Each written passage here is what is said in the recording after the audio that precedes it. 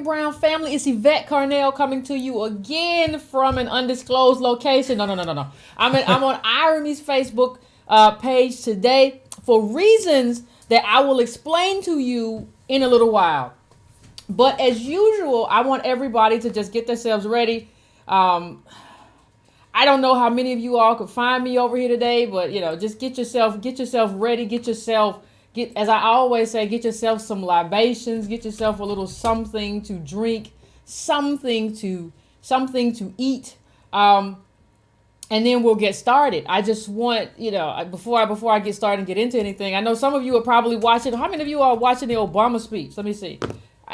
Are you all watching the Obama speech right now? Because I'm not watching the Obama speech right now. I'm talking to you.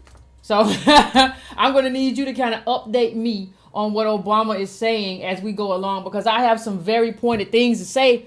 First of all, I want to talk about Obama. I want to talk about,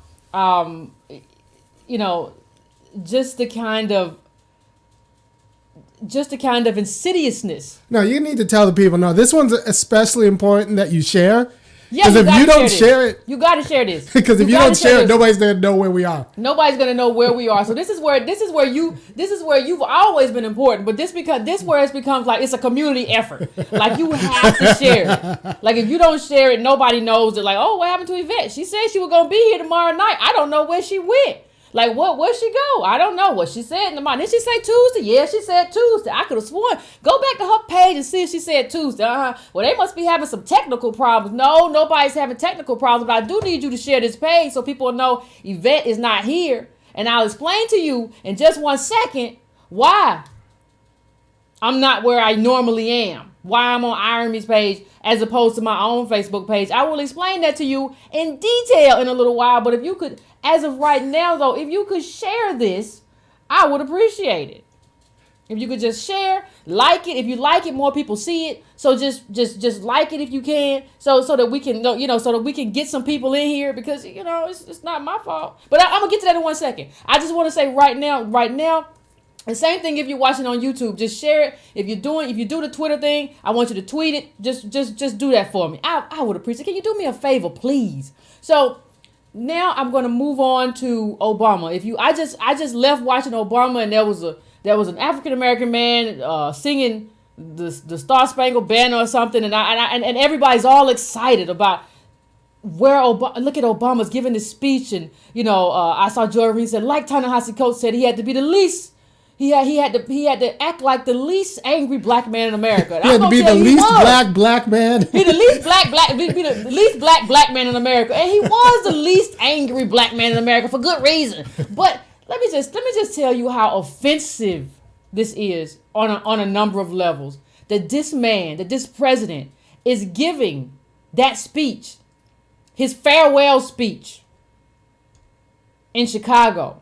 And first of all, let's just talk about that. You don't ever see presidents. This just goes to the celebrity of Barack Obama. You don't ever see presidents spend all that kind of time doing a farewell speech and having parties. How many parties and farewell and galas is he gonna have? Like in the piece Ta-Nehisi Coates wrote, he said he was at a thing where there were a whole bunch of stars and there was a send-off and it was a big deal. Then we just had another big deal, like not too long ago, where there were a bunch of black celebrities. Then we have this thing tonight where it looks more like a rock concert or R&B concert that the president saying farewell. I got to tell you, Yvette, people are already sounding off. They need to sound off. This is ridiculous. Antonio just said half a black man in Chicago unemployed. Think Obama's gonna talk about that? No, they the unemployed are out of work. Like they just a bunch of black men not doing nothing and not able to do anything. Just there. Just idleness. Just idle black men in Chicago. And he has the nerve. He has the audacity to go back to Chicago. And we get a chance, bring that clip up. There's a clip number 1 is about the black men in Chicago and how they're just idle. Half of them are out of work, unemployed. A lot of unemployed teachers in Chicago too. I'll tell you, a lot of unemployed public school teachers. Okay. We're gonna get to that too, and the role that Obama played in all of that. But they had a nerve after you leave and you got elected as a son of Chicago. Like that's why you went to Chicago, Obama, to work as a community organizer.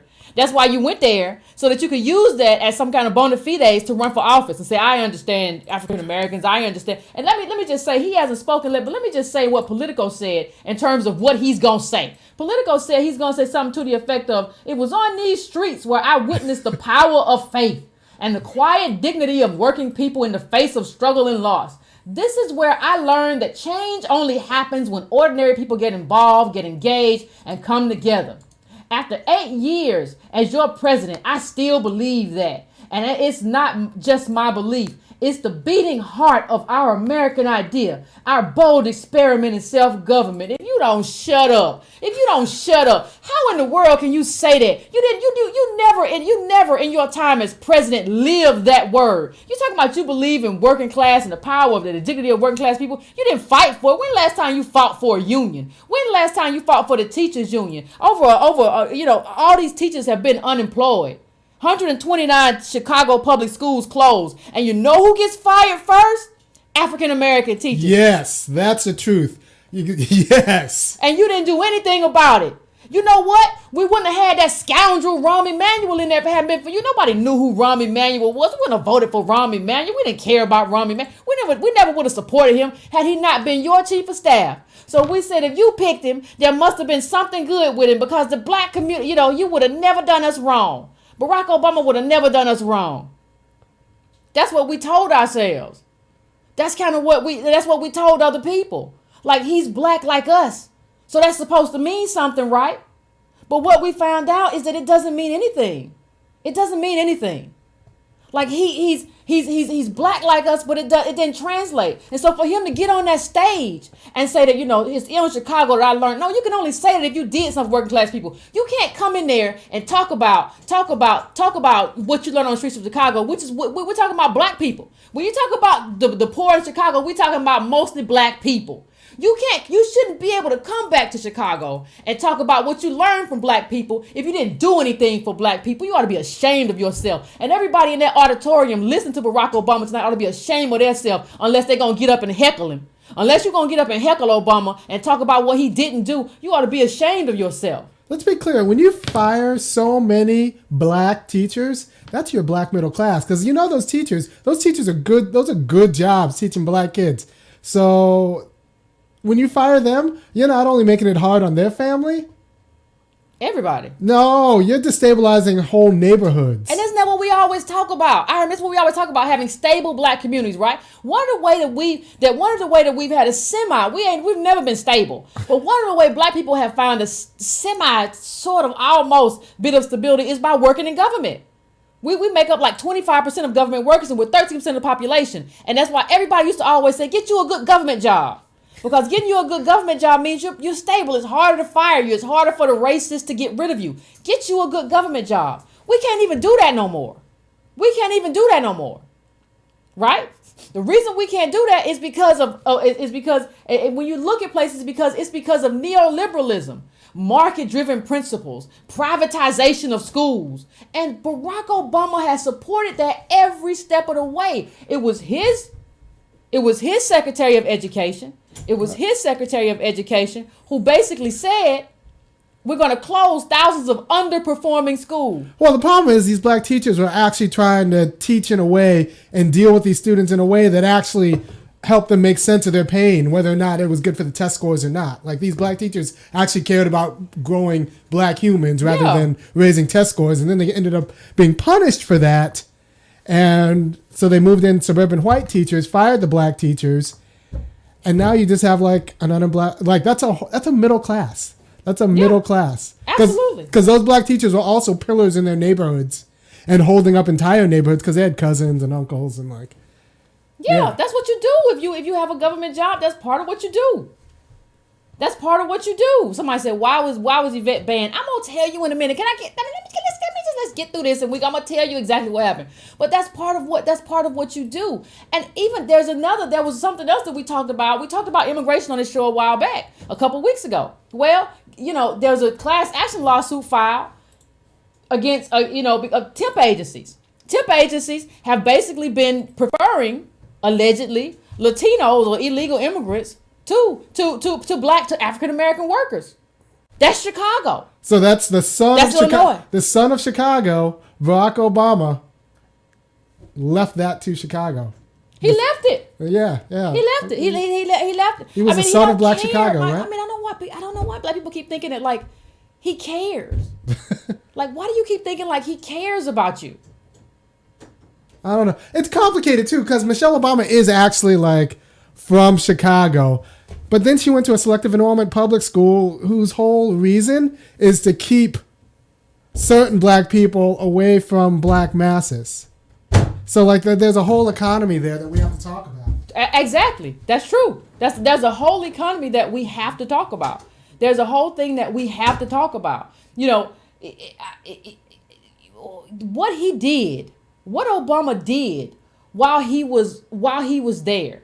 You know, what he was guilty of while he was in terms of just letting Arnie Duncan. That was just Secretary of Education's name, Arnie Duncan. Instead of letting in terms of letting Arnie Duncan.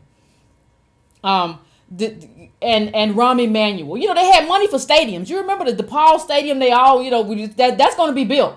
There's going to be money for that. But there's no money for schools. Everything is charter now. Everything is privatized.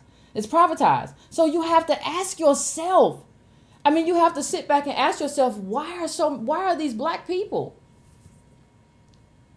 You know, why are these black people dealing with that? Why are these black people showing up and talking about this as if this was a wonderful place as if this was wonderful, as if his presidency actually meant anything? This is the same place that Laquan McDonald was shot 16 times. Right, and you can't pretend that the murder rate isn't, like, you close schools and then 2 years later the murder rate goes up. You can't pretend that those two are like not linked. No. Like, there's a correlation. You can't prove a causation. No, but when you destabilize neighborhoods, these kinds of things happen. Yeah, the correlation is poverty.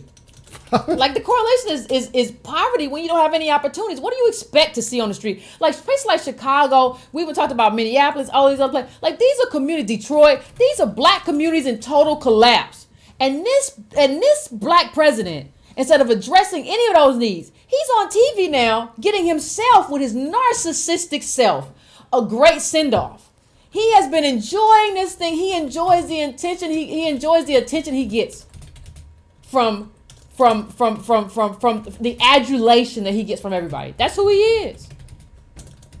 You know, that's who he is. He's a narcissist. And we kind of feed into his narcissism without asking, what have you done for me? Don't come back. Like, Obama shouldn't be allowed to come back to Chicago ever. Go somewhere else. Go make your little place of peace in Hawaii. That's where you grew up. That's where you got your identity from. It wasn't here. You came here after the fact, walking around in sarongs. Yeah, but I mean, who go doing all kind of craziness? Oh, you ever read the letters that Barack Obama wrote back to friends during that time? I'm in a sarong, rolling a leaf cigarette, and go on. Like I would have no problem with Obama if he would just be the guy who he is. If he would just be like this, this regular, if he would be like the white guy, if he would be that white guy with a black daddy instead of trying to be the black man with a white mama, I would be fine with him. I would be like, run as a white man. Don't put on if he hadn't put on all this affectation, high five. Well, he downloaded that. He downloaded that. He downloaded that to use it. He used our African Americanness to get himself elected and then do anything for African Americans, and y'all let him go back to Chicago and give a speech. You should have turned him around the gate. You got to shoot National Guard got to shoot everybody. You can't come here. You can't come here. You better go make that thing in Hawaii. You cannot come here. And think about it. We got torture. Remember there were torture sites. I mean, think about this. We're gonna put the clip up in a second, but look at that. Think about that, torture sites. Where the police in Chicago would go and just take you there and not have to do anything. It's possible that both Barack Obama and Rahm Emanuel did not know anything about that. Rahm,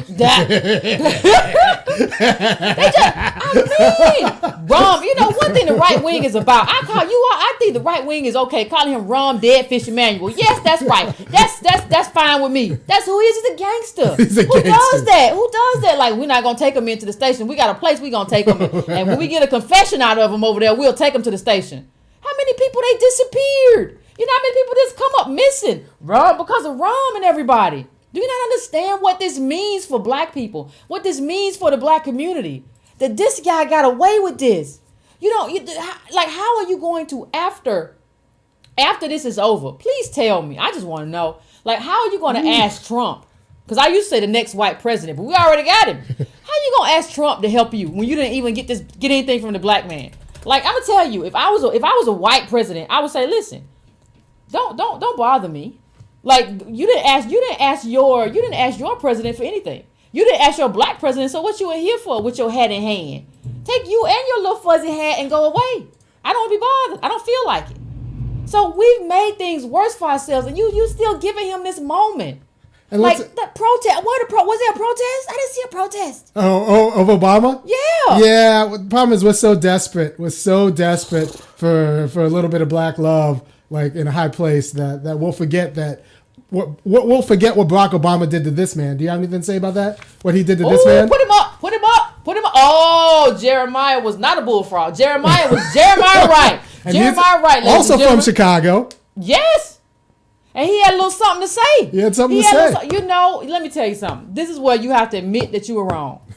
I will admit, when Jeremiah Wright first came out and started acting up and started trying to push back and said, hey, Obama's not what you think he is. He started dancing around. I couldn't hear him because he danced one time, and he had an event at the press club, and he started dancing around. And I can't hear you when you're dancing. I can't hear nobody when they start dancing and doing cute dog stuff. I can't hear you. But he was right. Like, I think at a certain point he understood. This is who Barack Obama is. Like he said that they didn't even come to church a lot. Like, what are you talking about? This church going stuff. So he understood who they were and who they were becoming. And I think, the black community, like, the one thing the black community has to do is understand who we owe an apology to. Everybody owe an apology to me first, according to me.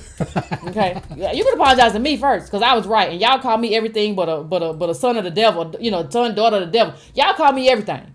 Everything but a child of God. So, Tavis, Cornell, with whatever problems you have with them, they were right. Jeremiah was right.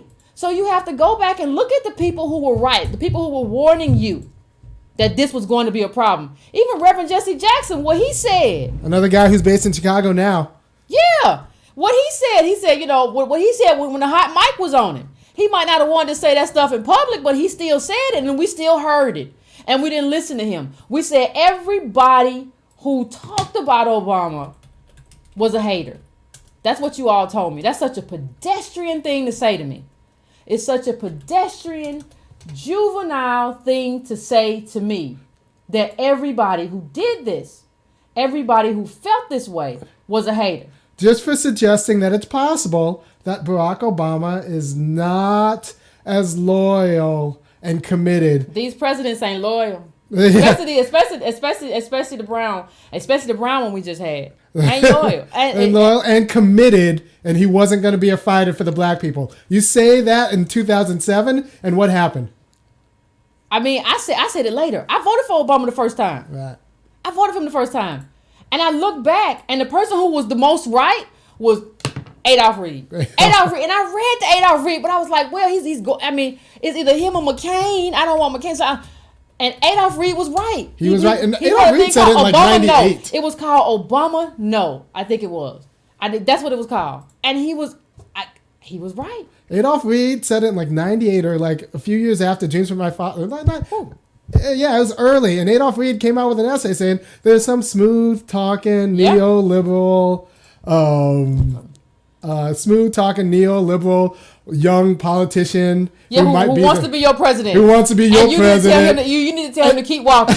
And he's just the kind of smooth-talking black guy white America is going to like because he's not going to ask for nothing. Yeah. That's what Adolph Reed said in the late 90s, and that's what happened. And that's what happened. And he was right. Yeah. And I think what we need to do, or what black America needs to do, I think we need to start following the people who were right. I mean, we need to start following the people who were right. Everybody has a record. Obama has a record, which I'm talking about today. But I have a record. Adolph Reed has a record. There are a lot of people who have a record. Why you keep following the people who were wrong?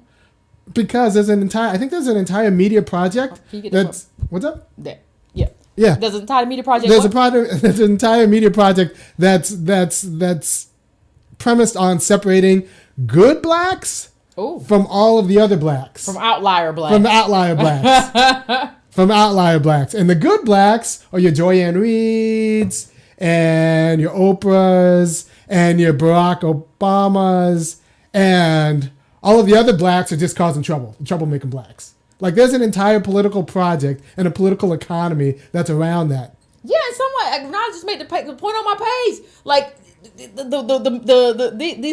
the ethnic whites were catapulted to the middle class by the New Deal. Like, something that we were excluded from. Yes. All right? And so, like, I have this thing in my life that I kind of believe that you know, sometimes, especially if you're African American in this country, you got one shot. You got one shot. And I don't think enough people will understand that Obama was our one shot. He was our one shot. He came in with a Democratic Congress that he should have stood with, as opposed to having them walk the plank for his healthcare policy that he didn't even project it right. They called it right. They called it pre-compromising. He pre-compromised. Yeah, he always runs up to the 50-yard line, and then he's like, "Y'all coming with me? I'm nice. I got a nice smile. I'm a good black man." And then when they say, "Nah, we ain't studying you. I'm coming further. And then when he gets almost to the goal line of the other team, he's like, "Well, you know." Well, okay, that was a negotiation. That was a negotiation. That was a surrender, man. Like, that was not a negotiation. You just went all the way over because that's who you are. That's what you believe. Obama himself said at one point that, hey, if this were a different era, I'd be a Republican. I don't know why. And he's right. Like, if the Republicans hadn't moved all the way to the right with a lot of people you see in terms of a lot of the people that we saw run for president, not Donald Trump, but all the other, like a lot of people were right wingers. So if that had not happened, like, he would be considered a Republican. He is a Republican. Why do you think he talked about Reagan so much? How you gonna let the dude who talked about Reagan and behaved as a neoliberal come up there and do all that and come to Chicago and talk to you? You know what? Why? I just. I'm still trying to figure out how we let a black president go 8 years without saying the words affirmative action. Like, you're not getting contracts. You're not getting contracts to black businesses. No. That's all I want a president to do. That's just all. Get us money. That's all I want a black president to do. Get contracts to black Obama businesses. Obama could have set so many black people up. And I know so many black business people he could have set up. I know. He could have set me up, put some ads on my site, and just set me up to be financially stable so I can continue doing what I do long after he's gone. But he don't care. Don't let him come there and play that Stevie Wonder song again. You ought to kick that Stevie Wonder song. I'll turn over everything about Barack Obama. I want to hear from him. I don't want to hear from you ever again. Like, don't talk about him. He's going to be real vocal once he leaves. Who cares? No, he's not. And even if he does, who cares? You just you know people who talk tough and then when the dude come around and be like, "And what?" They be like, I don't say nothing. I ain't say nothing. I don't know. Like you remember the Boo Friday when Debo came around, everybody's hiding their chain. Like, Barack Obama's like that dude. He's like the dude who talks tough as long as Debo's not in the room. And it's just like, that's not what black people needed. We needed internal fortitude. We needed somebody who was connected to the descendants of slaves. That's what we needed. And that's what we were desperate for, because this is getting worse in terms of, Barack Obama talks about, like, the economy's getting better. Don't you believe that in terms of unemployment? No. Do you know how many jobs, the part-time jobs? I think a while back, my friend of the show, Pascal Robert, showed a statistic that like 95% of these jobs added are like part-time jobs. Yeah. These are not jobs that are going to feed people, and y'all passing that around and proud. Barack Obama, he's created so many jobs. Well, you're going to have 3 of them. So, I hope they're good for you. You're going to have 2 during the week and 1 on the weekend, at least to make ends meet. And I say that because I'm not a person who I love my academics. I love my academic friends. I love my professor friends. Most of these people are brilliant people. But what I'm telling you is that still, even given that, I'm not a person who hangs around just one group of people. I have working class people. My best friend in the world is a working class person. She's gonna need like 2 jobs. She can't. This is not gonna work for her. This world doesn't work for her. And y'all letting this dude come to Chicago. And let's be honest. If you have 2 jobs, that means you don't have health care. Like if you have two part-time jobs, that means you don't have health care. But you know what my friend told me? She does have health care, but you know what she said? I ain't had time to go. I haven't had time to go to the doctor. Because I was like, you got to go to the doctor. We're getting older. We're not 20-somethings anymore. You have to go to the doctor. You Look at you putting in your pearls voice. Darling, you have to understand. You have to go get yourself checked out. You have to go get a scan of some sort. And I had to pay out of pocket doing the scan because y'all don't know how long I've been uninsured. I just got insurance like last year. So... But I was like, I had to pay for it because I got to get myself checked out. I can't just be out here. You know, stuff starts aching. I got a toothache right now. But that's not the point. The point is like these are things that have to happen. So I see how Barack Obama's lack of, care, lack of being involved in the lives of African Americans has created this environment where we're just not good. And he's going to leave. Like, just don't give him a party. Like, these teachers who come in and replace Chicago teachers, they get paid less money. So you put a black teacher out of business and you give her unemployment payment. You bring in some temp. You bring in somebody from a temporary agency. That's awful. That's awful for black people. That's awful for us. He's gutting us. And then you let somebody who has gutted your community hit us in the gut. You let that person come and party with you. You let that person come and talk about what he believes is Stevie Wonder. I'm telling you, if you do me wrong, you can't talk to me no more. So I don't even understand why we're having a conversation with Barack Obama, why we're letting him come back to Chicago. He should never be allowed back in Chicago. Everybody, Black Lives Matter, everybody protesting everything, but y'all should have blocked the highway that he was coming on. If you want to get arrested for something, get arrested for keeping Barack Obama out of your city forever. You're revoking his ghetto card. Did he have one? No. He borrowed Michelle's. No, I'm like, Michelle is what she is, but she is from Chicago. Like, there's no. Yeah, she's a daughter of Chicago. She's legit. Like, she tested into the good school and forsook. and for better or worse, like we can purge her if we want to, but for better or worse, she's one of ours. Like people say, well, Yvette, there are black misleadership people in every category, and what are you saying about this race stuff that we just have to be down with African American? No, we can purge them too. But understand that when you're purging her, you are purging one of your own. That's fine. I'm fine with doing it. But understand that she's one of our own that we feel isn't in our best interest, and we can get rid of her. Right. That's fine. But don't act like she's not one of our own. She is. She's you can't be more authentically African American than Michelle and her parents. Come on. Yeah. Now if we decide that she's not, when she got on Oprah, start talking about wealth doesn't matter and race doesn't matter, and I just, Oprah. I think we should move. Come on, give me a break. Now, I'm going to take a quick break. Speaking of breaks. Ooh. And if you all, like I said, I'm about to get into another story. I'm about to tell you all how I got banned from Facebook. So share this post because I can't share it because I can't have access to my Facebook. So share this post. If you're watching on Facebook, share this to your Facebook page. Share it somewhere else. Tell your friends to share it. Share it on YouTube. If you're on YouTube, I also want you to subscribe and like my page. I have this page. I also have another Yvette Carnell page. Because this page I'm running up, I got like I don't know, like maybe 600 people friend requests, and I only have like 400 more spaces available or whatever, like it's a party or something. But so just like the other page as well. So we can get into. I don't even know how to get into this. I really don't. Well, I really don't. There's a man based out of Atlanta named Ted Turner. He owns a little newsstand. A newsstand, yes. Okay, let me.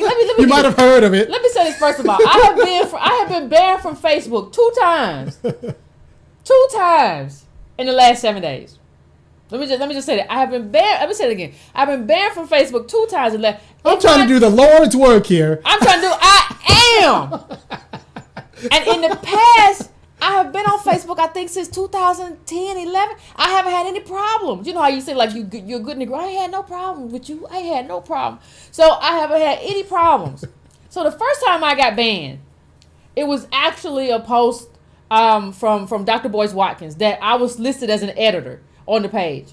So I guess they just banned me too. I mean, I guess there's no way to tell like who did what. So I went in and I scurried and like I'm just gonna remove myself from everything, And even the post from Boyce were not offensive posts. Like it was one post about something that happened to black people during slavery, and that was just the truth. Like, how can you get banned from telling the truth? Like, he told the truth about this is what happened, and it was kind of graphic. But so we can't tell our stories anymore. Okay, then there was another post that he put up, and it was basically a report. It was like something that Spike Lee said about Tyler Perry. Like maybe Spike Lee tells Tyler Perry to shut up or something like that. Y'all remember when that spat happened? So it was an old post about that, right? So that got him in trouble, that got me in trouble, which I still don't understand. I don't see how that post could be interpreted as offensive.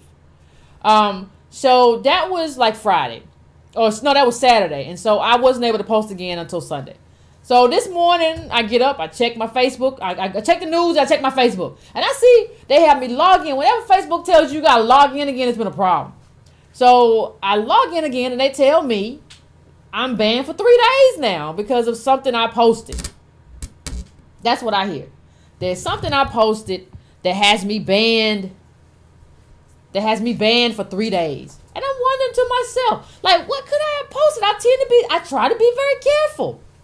So when you get a chance, clip number 1, I want to show everybody because I don't want people, don't take my word for it. Like, I want you to see, like, this is the clip I got banned for.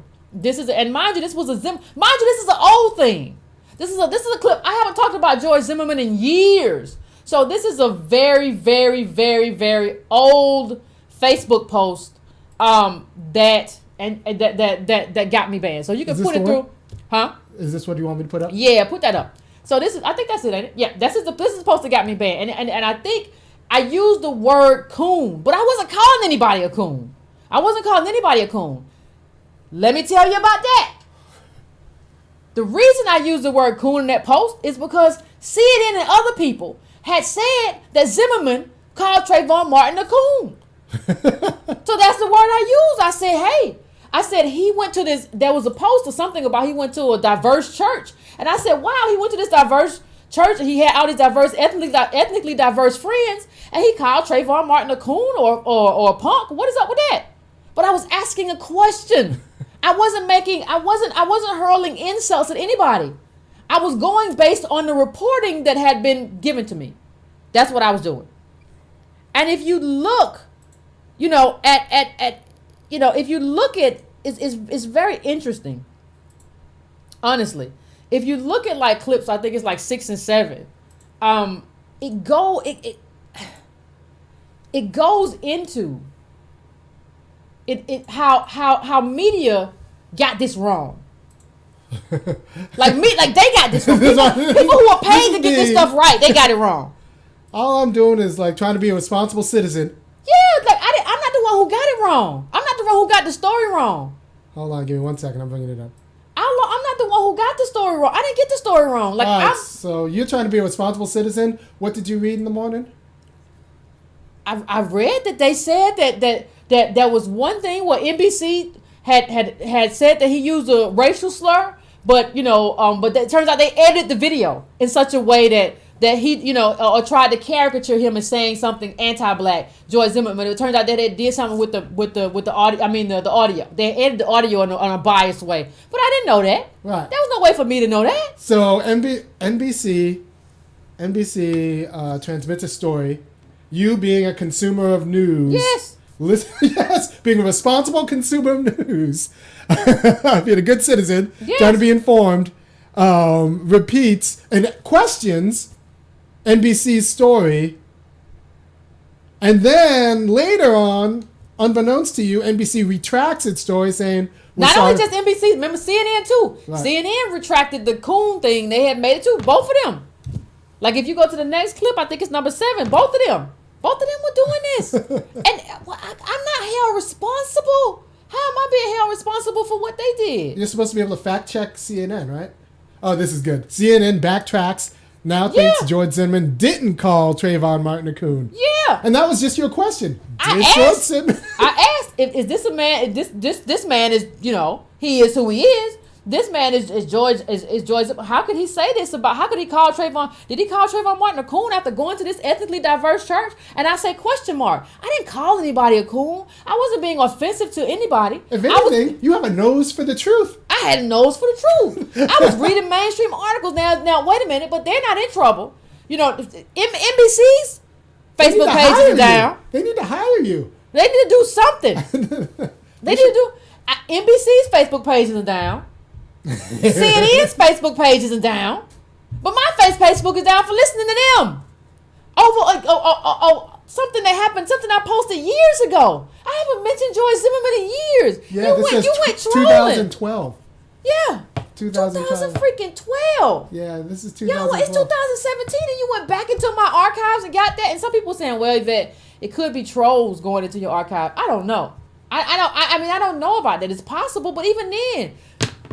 So CNN comes out with a story. You ask a question about the story because it smells a little bit dubious to you. And I'm just trying to figure out what it is. I'm just trying to figure out what is this. Later, CNN retracts its story, and you get busted for following the original story. Exactly. And let's talk about the timing that I get busted. Right. I get busted during the time Obama's making his speech tonight. Like some of you are probably watching that speech tonight. This is when I get busted. I can't even see it. I can't even comment on it. I don't have any commentary on it. Dr. Boyce Watkins has been banned for 30 days. So think about the importance of this month. This month is the month that Obama leaves office and Trump takes over office. This is the month that you want to be in all your social media, your Instagram, your Twitter, your Facebook. You want to be in everything. This is a big month and you get banned over some stuff that Facebook has never had a problem with, and over some stuff, if you're looking at my stuff, that's old. Even Boyce's stuff was old. Never had a problem with before, but all of a sudden you cracking down. You're going to crack down on fake news, crack down on the people who had a problem with me. I mean, who gave me the stuff? Who gave me the information? I didn't make this up. I didn't just call George Zimmerman a name. I didn't do that. I just asked a question. I didn't even say George Zimmerman is a coon. I just asked a question about This is reported. This doesn't make sense. Did George Zimmerman do this? That was the question. That's the question I asked. That's the question I asked. That's the question I asked. And I mean, it's very interesting to me. If you go to clip 8, it's very interesting to me that like some people are telling me, well, Yvette, I mean, this is an algorithm. It's an algorithm. And I'm just saying, like, if it's an algorithm, that's fine. But it needs to be an algorithm that's fair. So NBC needs to get banned. Yeah. CNN needs because to get they banned. gave me wrong information. I never would have used the word coon. And I would have never used the word coon if they hadn't said that.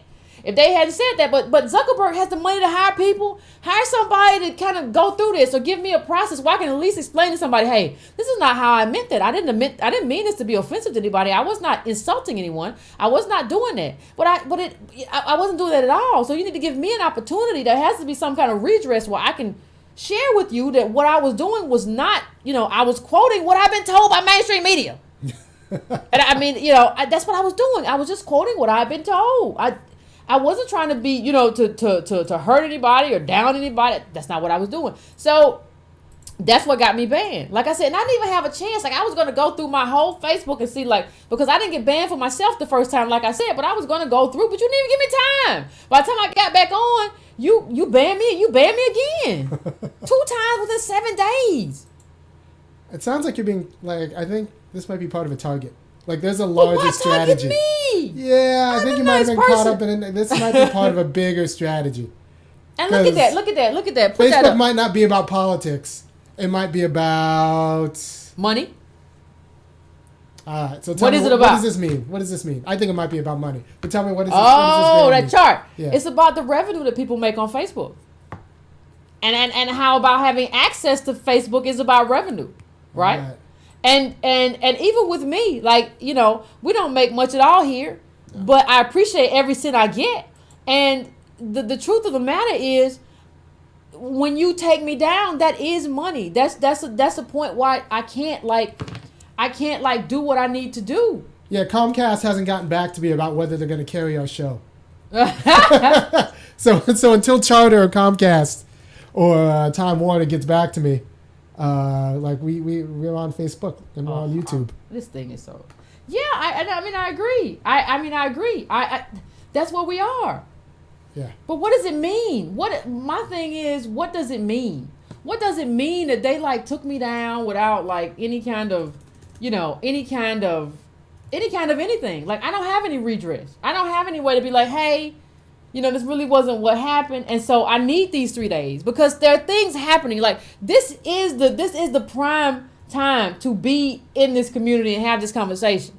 There are a lot of things we need to talk about. And you think about it, Boyce is banned for 30 days. I don't know what they up to. What if they banned me for 30 days? All right, so people are saying, well, you need to start your own platform. People, like, I'm in a PhD program, and Yvette's a Let me tell you, I just tried to post a donate link on your page, and I forgot I could. I can't say nothing. I'm sorry. I'll log you in a second. So here's the deal. People, for us to do that, we would actually need to hire staff. Like, that's like, we would need to hire staff. We need stuff. We would. You can go to patreon.com/ycarnell, and that's me. I tried to post it and I forgot I don't have access to Facebook, and I forgot I'm in on my own account.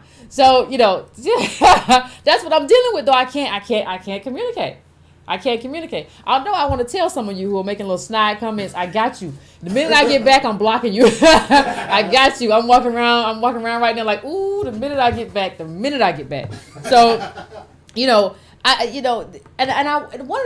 of the other things that bothers me is the policing of black discourse, right? Yes. In the sense of there is a problem. Because coon isn't the same thing as calling someone another bad word. It's not like calling somebody an a-hole or just insulting someone. Coon has a very specific meaning. In some ways, it's more threatening than the N-word. Yeah, in some ways it is, and because it's a person. It's a person that we have decided was a sellout. That's who it is. And I wonder if Facebook doesn't have a lot of black employees. How are you going to police that word and talk about the context in which I used it? Right? Or if you just, so that becomes another problem, because I remember when Boyce and I were doing work with Your Black Word, came a time when we couldn't use the word lynching in headlines for fear of getting banned. So wait a minute, I can't talk about black history for fear of getting banned. That's a problem, because the offensive thing is not me talking about black history. The offensive thing is what happened to black people in this country. But you don't want you're saying I can't talk about it because it's graphic. Well, yeah, it is graphic. That's our life. Our life is graphic. Yeah, but I can't. You know how many stories I've seen with graphic imagery, with graphic text, and they don't get banned. This is a problem. You know how many?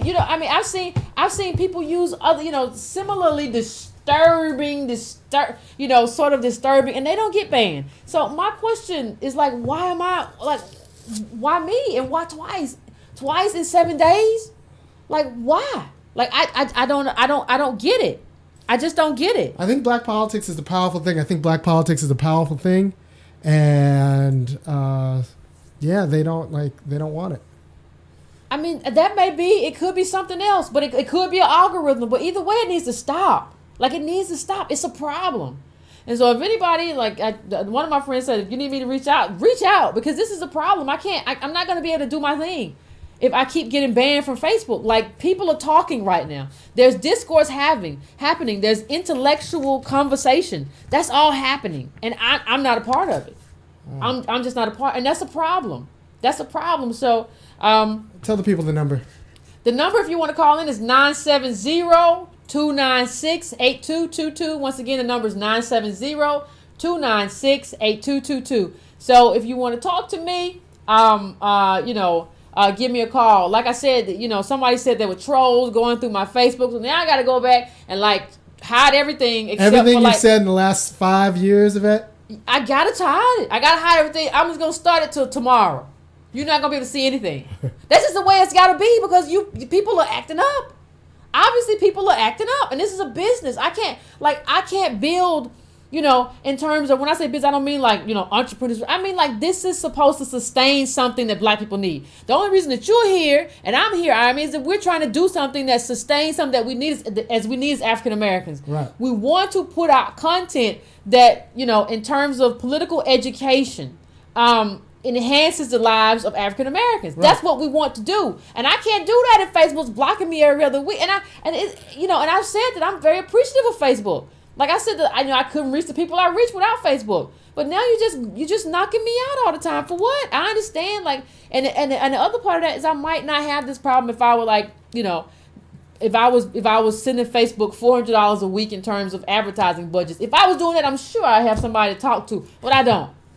I don't do that. Yeah. So I don't have anybody that I can have a conversation with. Or if you're talking about black hair or, I don't know. Yeah, but if I was giving money, I would have a sales manager. I could say, hey, what's going on?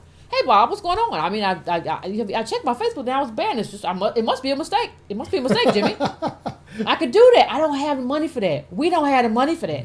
That kind of advertising budget. We do advertise, though, 5, 10, 15, 20. But it's not a huge amount. We don't have the money for a huge ad campaign. All right? So, I can't pin it. How can you pin that to the number? No, I logged you in on my account. Oh, okay. Very good. Okay. I logged you in on my account. Very good. Yeah. So I mean that's what happened to me. Like y'all understand what I've been through. I've been trying to. I can't talk. I can't. We're on Irish page, which is great. But I'm sure there's people still over there looking for me. Yeah.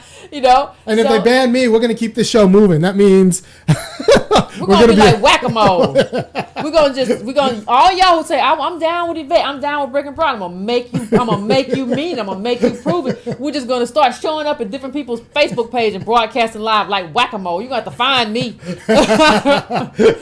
cut off my feed. That's what we're gonna do. So I mean, it is what it is. I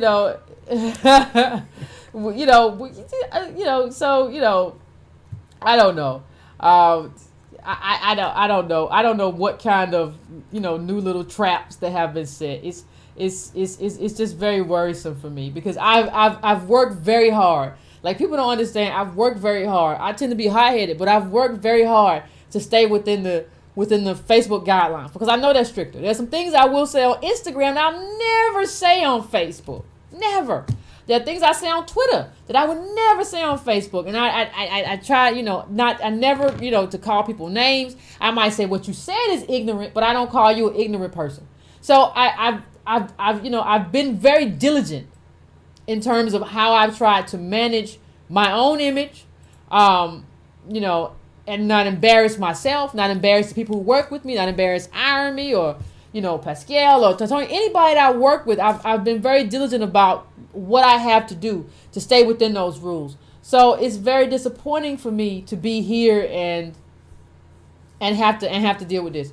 Like I said, I have, I've tried to do it. I've tried to do it, and it hasn't. And now like this is, I'm kind of shaky. I'm kind of anxious because I want to be able to talk about Obama up until he leaves, and I want to be able to talk about Trump when he gets there. These are conversations that I want to have. These are conversations that I feel like people the black community would need. And these are things I feel like I have committed myself. Conversations I have committed myself to having. So I would be very disappointed if I wasn't able to do that for me. Wasn't able to do that for you because what I try to do is communicate things in that way. Announcement. I decided something I'm going to do. Iron. What's up? I decided I'm going to do something. Uh-oh. You didn't prep this with me before. No, I did. I'm telling people now what I'm going to do. Okay. Because I was thinking about it. I was thinking about it today because I didn't have access to Facebook. So I was thinking about it. And I said, what can I do to collect emails? But to collect emails, but I want people to get something from it too. I don't just want to collect your email necessarily. And get you to pay all the time, like that's good. But I want you. I'm trying to figure out. Like I'm asking myself, like how do I give something of value? So I came up with something. If 100 people give $10 a month, that's true. But listen, I have something else. Yeah. $2 a month. This is what I'm gonna bring them. $2 a month. $2 a month. That's all you gotta pay. $2 a month, and I will bring you weekly. Don't commit yourself. Be careful now. No, weekly, because I do it anyway. So far, we've been keeping all of our promise. I'm going to keep this one, too. But Dr. Umar promised people a school. I ain't promising no school. But I will promise you that I will send you links every week of the stuff that I'm reading. Oh, okay. With a synopsis of the most important point in that paragraph. And if it's something I deem especially important, I will put a small synopsis in there of what I think about it or why it's important. That's actually a community service. That's a community service. So what I'm talking about is political education, because I know everybody, all of y'all work. Everybody works every day. You don't have time to surf through everything that everybody wrote. I'm just going to send you the best of what I found when I was out searching. I put some of it on Facebook, but I never put everything that I read on Facebook. It just doesn't happen. And plus, if I did, you would just be bombarded. It wouldn't be any space to really have a conversation. So what I'm going to commit to, I'm going to set up a landing page and collect emails and all of that. And so that I can, this is about political education. It's about me being a news curator for you. So we'll give $2 a month and every week in your inbox. So that's like 50 cents per inbox, right? 50 cents per Yvette going through the news and giving you the news that's important for your life. That's a huge service. That's a huge service. I'll be honest. Right now, Lester Spence, a professor at Johns Hopkins in Baltimore, sends out his thoughts on black politics every other weeks. They're called the counter papers. I get a lot out of that. So one, if anyone knows Lester Spence out there, tell him thank you. I get a lot out of it. I'm on his list. Yeah, because nobody's talking about black politics the way we need to talk about it. You're not going to get it on the Breakfast Club. You're not going to get it on CNN. No. You're not going to get it. Nobody's talking about it consistently. You're not going to get it on NPR. Why do people get their politics on NPR? We don't get our politics on NPR. They don't, because it's a peculiar thing. And if you do black politics well, you're going to make some white people nervous. And that's not what the market wants. Yeah. So if you want that kind of black politics, a politics that's appropriate to our pain and our political position, it's gonna have to be in an alternative medium. And what you do, if you do that, that would be a huge service. Yeah, I'm gonna do it. And so I'm gonna this week sometime I'm going to set up the landing page and everything, and I'll probably announce it to you and give you the link. And like I said, $2 a month, I'll send you everything, and you'll get and you'll get not only the synopsis of it, you'll get the important news, and you'll get you'll get my thoughts on it. Why does Yvette think this is important? Well, I'm gonna tell you. So I think that would be a good service. And again, it's $2 a month. It's like 50 cents per email, and it will help us out, and it will be a service for you. So that's what we're looking at. Yeah, That's a great idea. That's a great service. I actually think should press for 5, but if we start putting more stuff out there, that's what right now we'll push for 5 later. Right now we'll get our things together, get it together, make sure it's good, because I want to make sure it's good for the people. Once I get in there, I'm this is good stuff. Then I think we can up that charge. We can because I'm not trying to charge y'all. I'm just saying that we need that, and I think you all would benefit from that. Now once I know that I can get a bunch of articles in here at one time. I can get a bunch of stuff in here at one time, and I can do this consistently. But if I'm trying to figure stuff out, I don't want to be charging 5 just yet.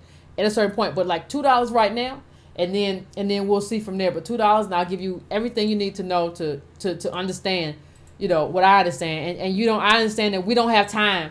We don't have time to do this. We don't have time to go home and search all the emails and figure out you working. I'm here to do what you can't do. That's my job. I'm here to research stuff because you don't have time to research all this stuff and go through all the articles from everywhere about everything. There's just not enough time in the day for that. To find the best stuff. Not only the best stuff, but the best stuff that is impactful to you in terms of whether it's working class people, African American people, the stuff that's going to directly impact your life. These are flashpoints in terms of where you're going to go from here, where we're going to go from here, in terms of the direction that politics is headed and the direction the economy is headed. This is what I'm talking about. And that's I think every week. That's every week.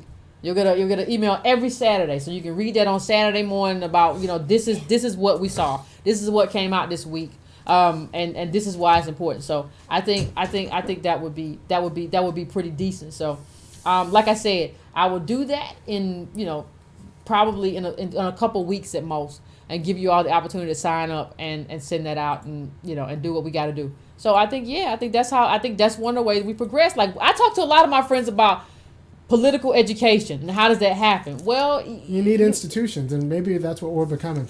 Yeah, I think that's that you have to have somebody that tells you stuff that what's important and why it's important. That has to happen. That has to happen. Americans work more than anybody in any other first world country. So And if Americans work that hard, you know how hard black people work.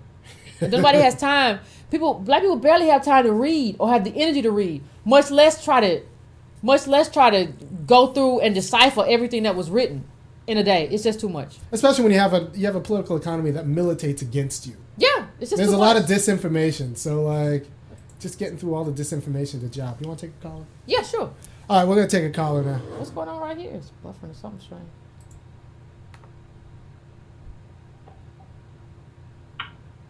Hey, you're on. Hello? Hey, caller. Hi. Hi. Okay, so I'm so happy to be on again. I know it was kind of everybody is all on this Obama subject, but I wanted to, say something to your listeners one more time. I was trying to figure out ways on how blacks could really support, like average blacks like myself, working class, could support and help black channels and movements similar to this one, because I feel that, everything, like I stated, has to be consistent. I think that, as you guys know, not trying to be funny, but it's income tax time. This is like a favorite, season for us. We have that January to April where we're balling. We have extra money to spend, and we're out at restaurants a lot, and we're going out weekly to eat, and we're going into these restaurants, white-owned restaurants, and supporting them, and we're going into these stores that, kind of side-eye, black people when they walk in. So I think that we should definitely try for at least 3 to 6 months. And I say, usually we start running out of income tax money, or if we're not saving it around April, but I'll say maybe 3 to 6 months of just trying to donate or give, $10 to $25. Just imagine if monthly you can just kind of put yourself on one of those scales and just say, okay, monthly I'm going to donate 10 to 25 or $50 to $75, just monthly, and it could just be done on a weekly or one paycheck basis. To say I'm going to give to a black movement. So if there's anyone out there that wants to know how they could kind of support any black movement, whether it's something trying to help someone that's incarcerated, that might not be, but definitely this is one of the channels that I decided to support, and I'm going to do it every bi-weekly Friday. So I think that this is an awesome chance too to kind of support, even though we don't have a lot of bread like celebs supposedly do. Yeah. Also, I wanted to talk about maybe people could kind of screenshot your videos and post them on social media, and anyone on social media, Instagram, put the link in the profiles and just kind of say support. I know yesterday I posted a screenshot of it, and I asked my followers. I don't have a lot, but I asked them could they kind of support this, and the link is in the bio. I think a lot of your followers could definitely get more traffic to your page like that.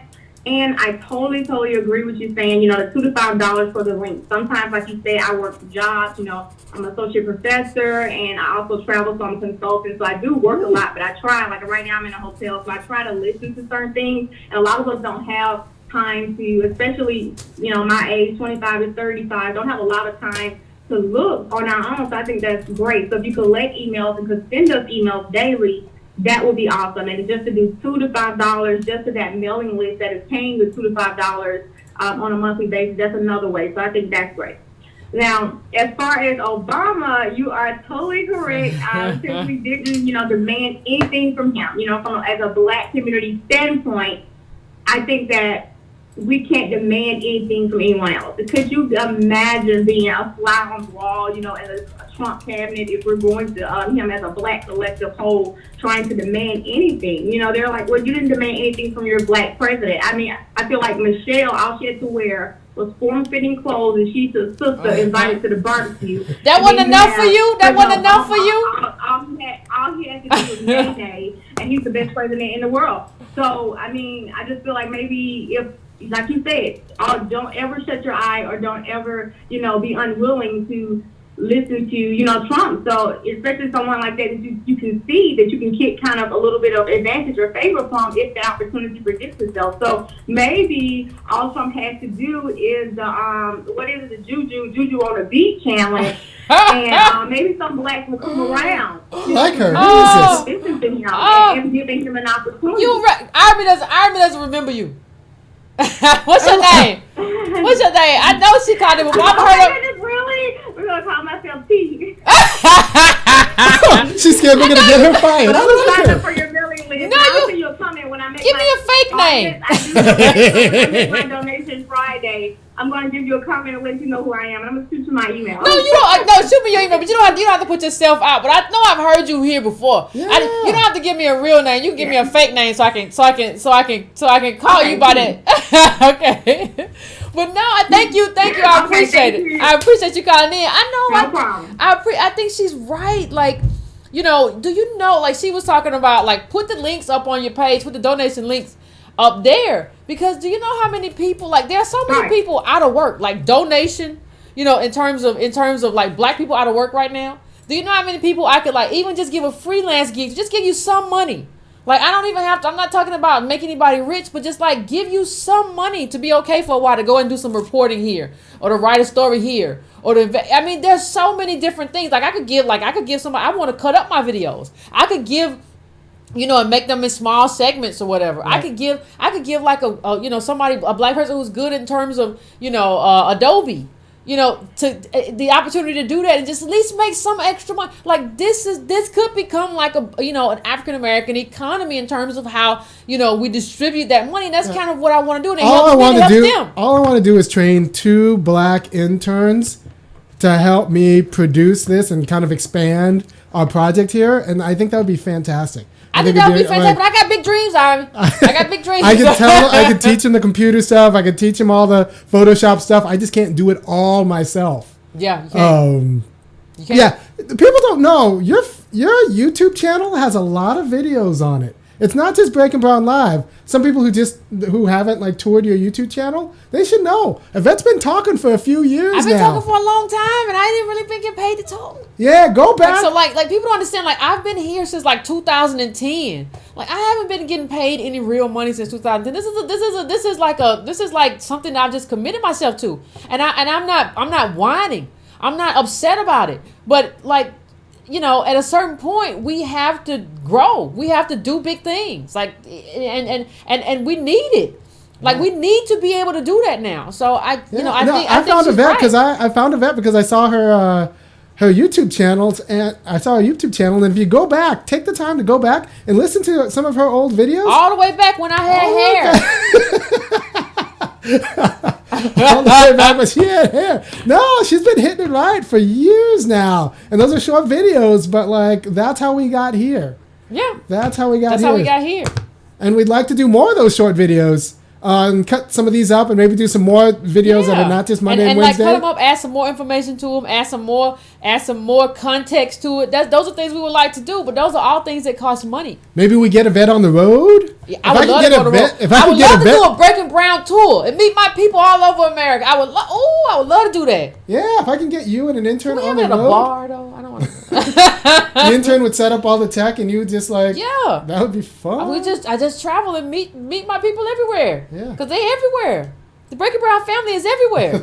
I see a lot of zip codes and area codes. Yeah, calling in all the time. I see them right now. Let's get us another one.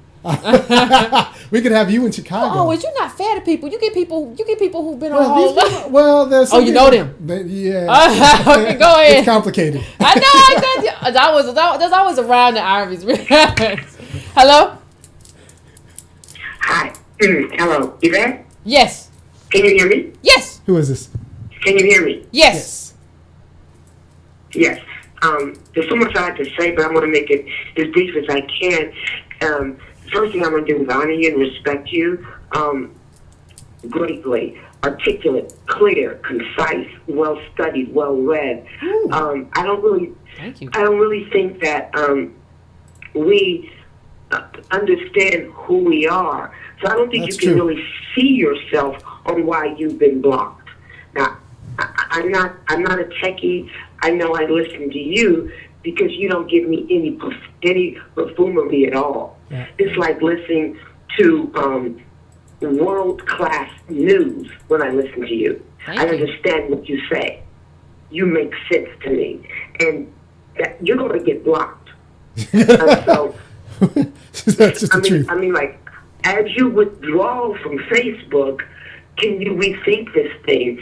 I'm thinking about people up in New Hampshire and Maine and small communities who are, I'm really radical in deep thought about our economy and what we can do so we can stand on our own. Like when they burned down Rosewood or when they bombed our Wall Street. And so when they pull the rug from under your feet, what is your succession plan? What is your backup plan? As you withdraw from depending on a system that has told you over and over again, you will be in a consumer role, and that's all I'm going to let you do. And they do it without saying black or white. They just do it. How can we change our vernacular where we're not so blatantly saying black, black, black, but we are supporting our community and never saying the word black, because that's how they roll. They never say black or white. They say we're all inclusive. We love everybody. But behind closed doors, we know what's really going on. How can we get to that level? How can Dr. Watkins and you get to the level where you're not saying we're for black people, but we really are? And we do that whole vernacular, we're inclusive, we love everybody, but you're really taking care of the marginalized and disenfranchised black community. I mean, I thank you. I appreciate that. Thank you for I appreciate the call. I think you can. I think there's a way to sidestep that in terms of how we talk. But I think the other thing you said is really important. In terms of what I'm trying to do, like with my next project, what I'm trying to do is collect.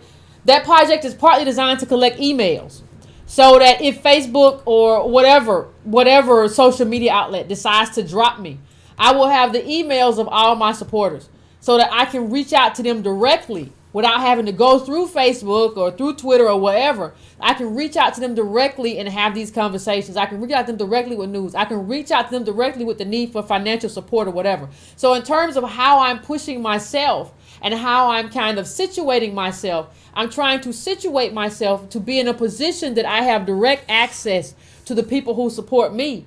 And don't have to say, well, I have this many Facebook subscribers. I have this many people who like my page. I need to have the 20,000 people who like Breaking Brown and the 10,000 people who either my friends or who follow my Facebook page to be on my email list. And currently, I only have 6,000 of those people. So my push going forward in terms of what I've experienced is to have direct access. I don't want to have to go through anybody to get to my people who subscribe to me, who like the content I produce. I don't want to have to go through any kind of middleman. So that's kind of what I've decided in terms of going forward. Yeah, well, she also suggested another thing, that we're gonna remain being blocked, and we're gonna continue to be blocked as long as we say we're doing things for black people and actually do it, and actually like come down and do a black politics. That's a risky business. That's a risky business. And if you do it well, I mean, the people who do it, like, you know, people get shot for that. Like people catch bullets, and the people who do it well, and we're going to try to do it well, they're ostracized, they get fired, they get it's not a good life. I mean, W.B. Du Bois, one of like the brightest guys of the 20th century, got fired from Atlanta University. Yeah. For suggesting that one of the white benefactors didn't really have the needs of black people like in her mind. Yeah, and that's what happens when you try to when you represent people who, by the nature of how we've been situated in America, live on the edge. Nobody wants you, like, you're messing with the money. Yeah, so don't mess with white capital. Yeah, don't mess. Don't. And there are a lot of ways capital. to be black and not mess with white capital. From Joy Ann Reid to Farrakhan, those are black people who figured out how to be black, and they're not the same. There are lots of different ways to be black and not mess with white capital. Because people don't understand. They're like, Farrakhan's not messing with white capital? No, Farrakhan is not messing with white capital. Never. He's saying, do for self. You don't need white people. Yeah. We could start our own country or like, have your own business. Like when you start messing with white capital, when you start talking about, look, we need to organize to get our redress, to get our due, to get the money that's due to us that was exploited from us. Then there's a problem. Then there's a problem. There's a problem. When you start going to white people asking for justice and not charity. Well, that's what happened with King when he started talking about we're going to come to D.C. He was like, next time we come to D.C., we're going to get our check. Next time we come to D.C., we're going to get our check. What happened? 2 months later, he got shot. 2 months later. The message had changed. and 2 months later he got shot. And I just there's not a lot you can promise people. The only thing I can promise people is that I will always be on your side. Like, that's who I am. Like, so, loyalty is what I can promise. I can't promise you what they gonna come at me with. I can't promise you. I don't know, like, the thing that the way white capital has maneuvered and calcified wealth, like, I can't tell you what's gonna happen. I have no idea. But even if you look at, the last caller said that we need to go to a place where we still get our message across, but stop saying the word black. If you haven't noticed, that's kind of what Michelle Obama has done. In 2007, Michelle Obama was like, look, this is a big deal. Like, I'm black. People hassle my husband because he's black. This is a big deal. In 2016, what's she saying? You better look beyond race and wealth and everything. Yeah, race and wealth doesn't matter. It's we have to almost look behind. It's almost like we can't do what they do, though. No, not because not it's like people. they made race central, and now we can't talk about it. Yeah. So I'll think about it. I enjoyed the call. I'll think about it. I'll give it some thought. That's what I promise. All right. So Next caller. yeah. All right, we're on. Hello? Hi. Hello? Yes. Yvette? Yes. Get his name. Oh my gosh, Yvette, can you hear me? I can hear you. What's your name?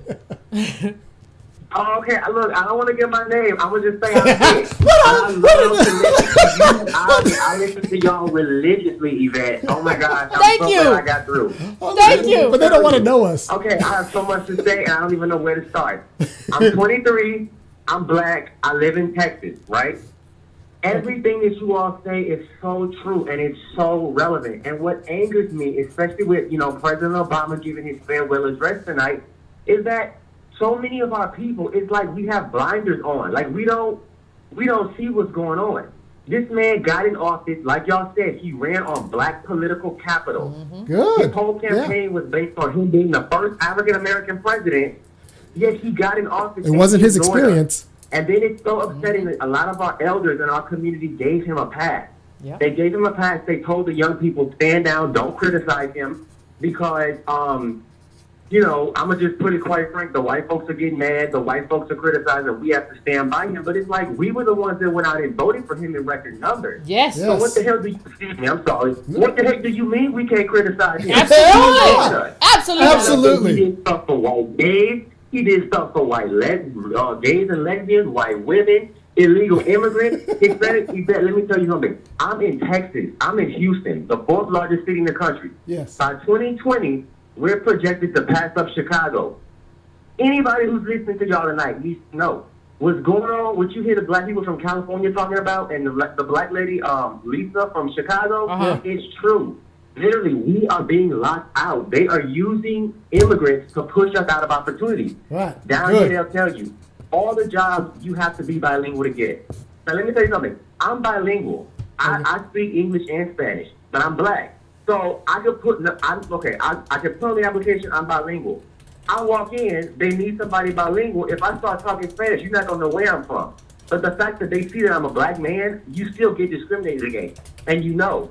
But then when they see black people who speak Spanish, they still get nervous because they're like, wait a minute, we can't talk shit about black people because this one might can't understand us. Okay, that's number one. So I know that you had brought that up in a previous video, so I want to address that. Even if you spoke Spanish, you still get discriminated against. They would still use your skin color, your ethnicity as an African-American descendant of U.S. slaves against you. So us learning Spanish and being bilingual is not going to help. Because they know they can't treat you like garbage. Both my maternal grandparents are teachers in the school system down here, right? Oh, okay, yeah. And one of the things that they told me is that in the schools, down here we have bilingual education, right? But it's taxpayer, it's funded from taxpayers, but it doesn't operate fairly.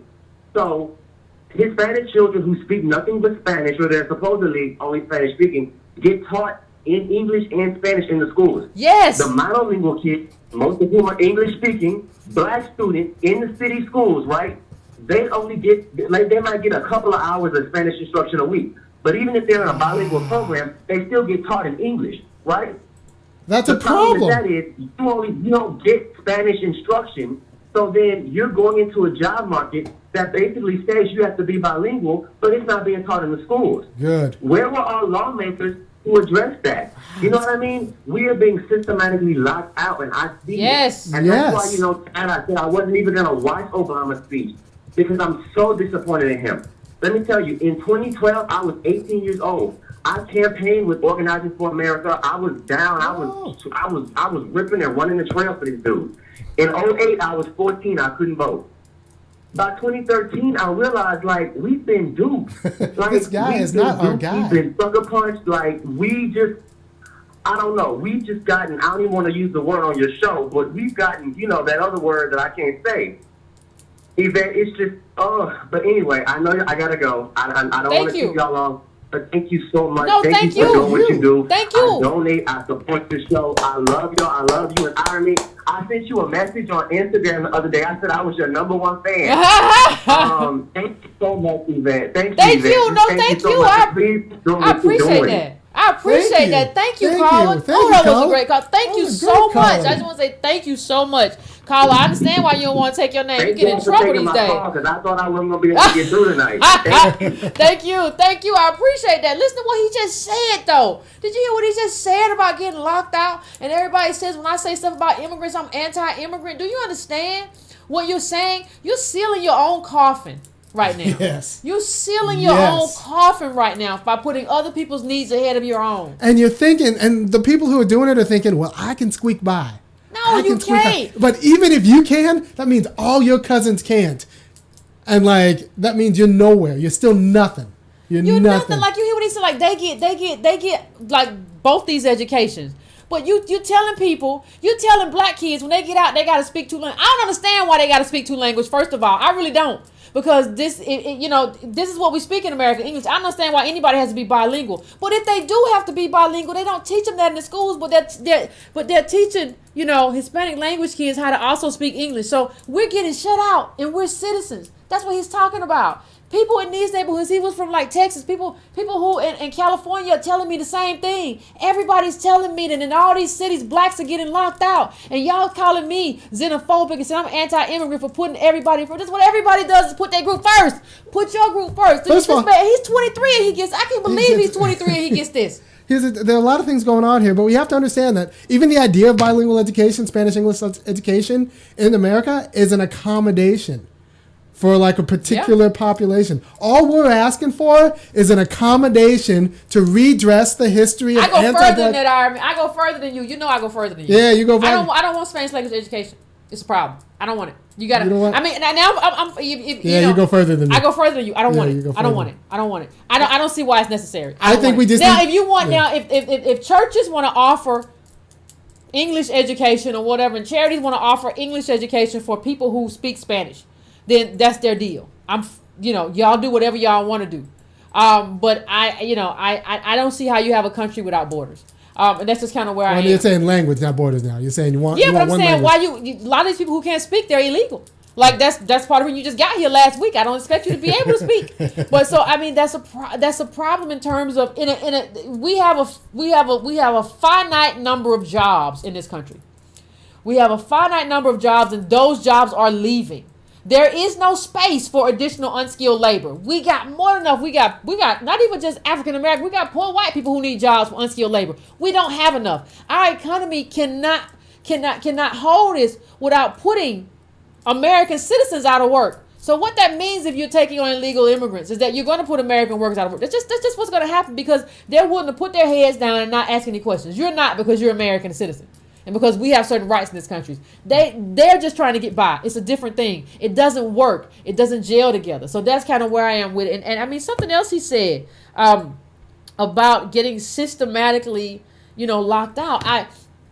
And about these black politicians. I saw somebody told me, somebody sent me a message about Elijah Cummings saying something, the congressperson saying something basically like, Obama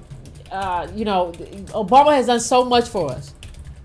And it just blows my mind. Done so much for black people. How? And Elijah Cummings, we all remember that your daughter drives for Lyft. Right. What did he do for your daughter, the career opportunities? A congressman's daughter shouldn't be driving for Lyft. What have he done? Why are you still lying?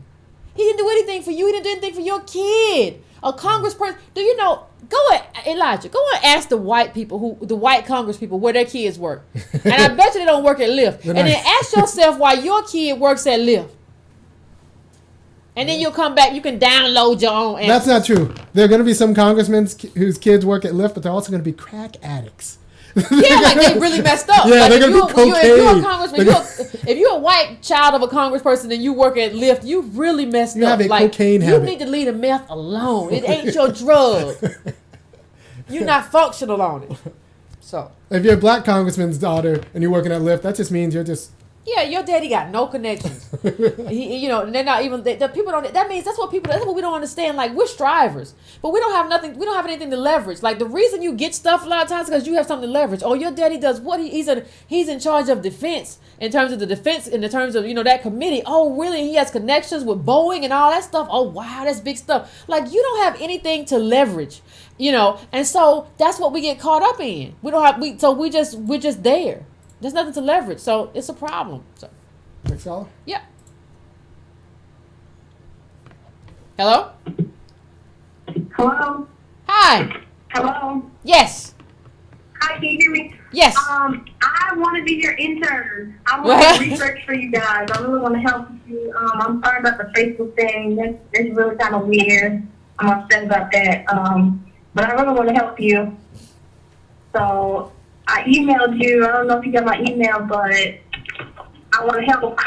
What's your name? What's your name? Hello? What's your name? Oh, my name is Bianca. Okay. Bianca, where's she based? Where are you, Bianca? Yeah, I'm Bianca. Where are you? What city are you in? Oh. I'm in Texas. I'm in Texas, too. Okay. I'm not going to say what city.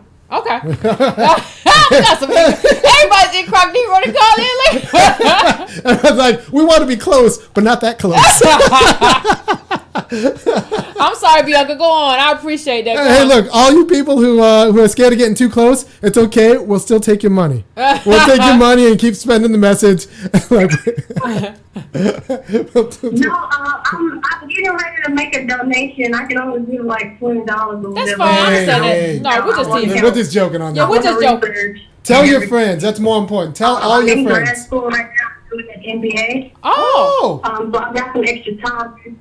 I'm already doing research, so I don't know. I guess last week you said don't write the reparations bill, and I've been like thinking about doing that myself. So maybe I can help you guys do. Okay. The show. Okay, I appreciate that. that. Write a whole bill myself. Okay. Yeah. You said you sent me an email, right? Yeah. Okay. I sent it to the editor email. Okay. I'll check it. Editor@breakandbrown.com. Yeah.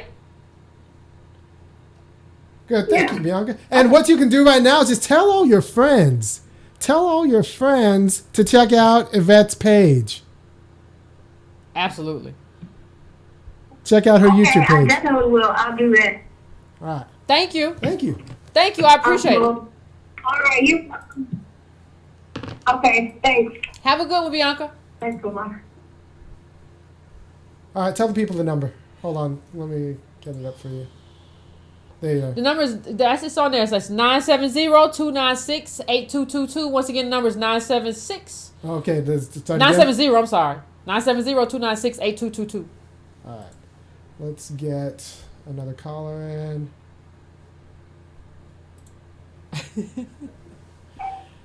Hello? Hello? Yes. Am I on? Yes. You're on. Oh, wow. I've been trying to get on for the longest. Yeah. Get her name? What's your name? I'm not going to say who I am. I'm in Atlanta, though. You ain't getting me fired.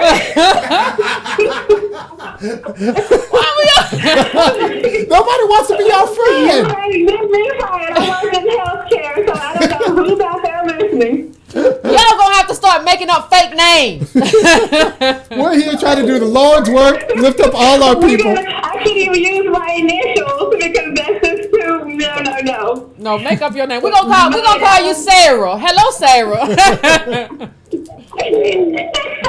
that sounds better. I've I definitely appreciate what you guys are doing. I did email you one time. Okay. I wish you guys were around a long time ago when I was a teacher, because this definitely needs to be played in the classroom, some snippets of your show. Oh, good. But I agree with, I want to talk about, I'm trying not to ramble, I'm just so excited that I got through. I want to talk about the caller from Houston when he talked about the immigrants. Well, of course, I work in healthcare. Right. And I am a physician. And what I see, what bothers me, that's why I'm not giving my name. She's a doctor. But what bothers me is when I see immigrants coming in from Bosnia and other places, they are approved for in-kind benefits, and people here cannot get SSI or anything like that. And the state of Georgia, DDHDD, they have cut funds set aside for immigrants. And that bothers Okay. me. Okay, so we're talking about state-sponsored.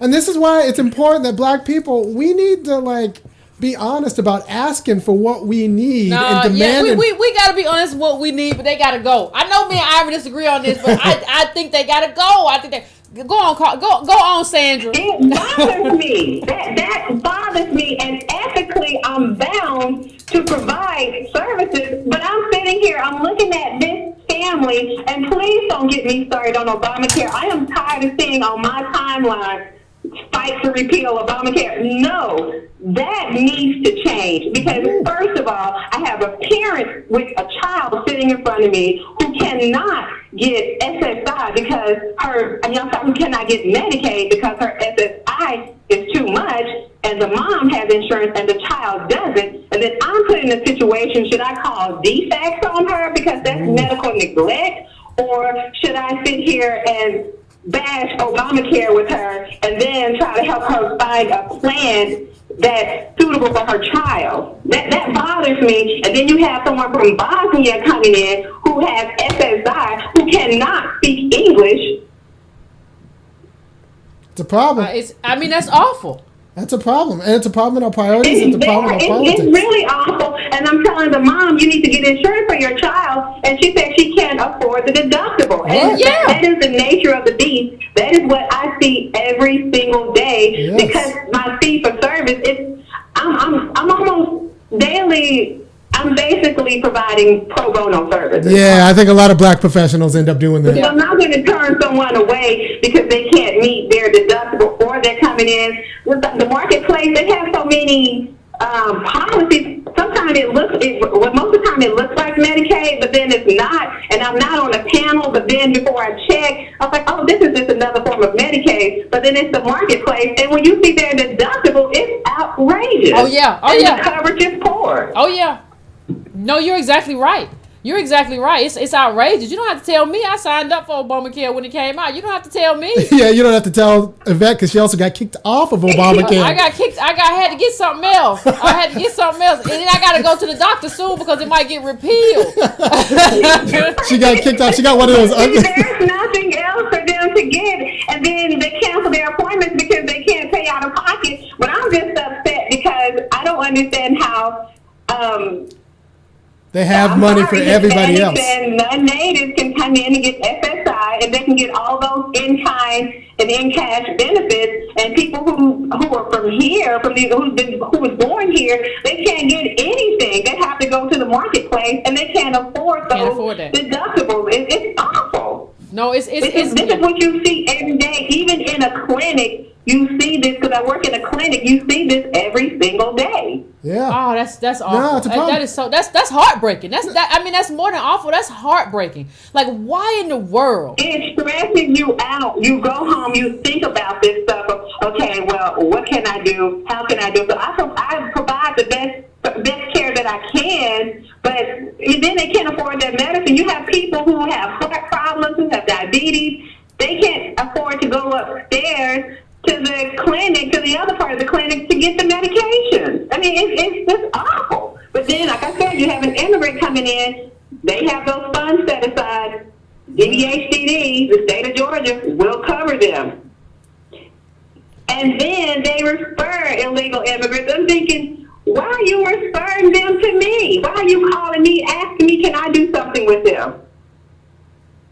Yeah, for what? For what? Like, I mean, and this is what people don't understand. I thank you for your question, Carl. I appreciate you. Thank you for calling in. I really appreciate it. We're gonna let you go, but I really appreciate you calling in because that was a great comment. The thing that I want to say is this is something that African Americans have to understand. It's not about me being anti-immigrant. It's about understanding there are a finite amount of resources and dollars. Oh, they always tell that to black people. They always tell black people we ain't got no money. We don't have enough. At what point do we get to tell other people we ain't got no money for you because we need the money for us? We need the money for black people. Sorry, we need that money for black people. If we had extra, we would. And I'm not a person who gets into capitalism. You all know that. But understand one thing. This isn't just about how I feel about capitalism. This is about what it is. This is what we are. And capitalism doesn't leave you much room to be empathetic. It doesn't leave you a lot of room to just be like, well, I think this person needs health care. When there are a bunch of black people who built this country on free labor who also need health care. It doesn't make sense. I didn't even know there was a thing called medical neglect that you can call on somebody. So a person doesn't have health care, and what you can do, like the caller just said, what you can do is say, you know what? I mean, this person. So what if this person had gotten a white doctor who said you're neglecting your child by not getting them health care? Then that's another problem she have on her head. All because the money is going to immigrants and it's not going to citizens. You don't understand that being a citizen is supposed to bestow upon you something special. It's supposed to bestow upon you a certain amount of benefits. You're not supposed to be behind immigrants in terms of where you are in this country. They're supposed to have to catch up to you, to us.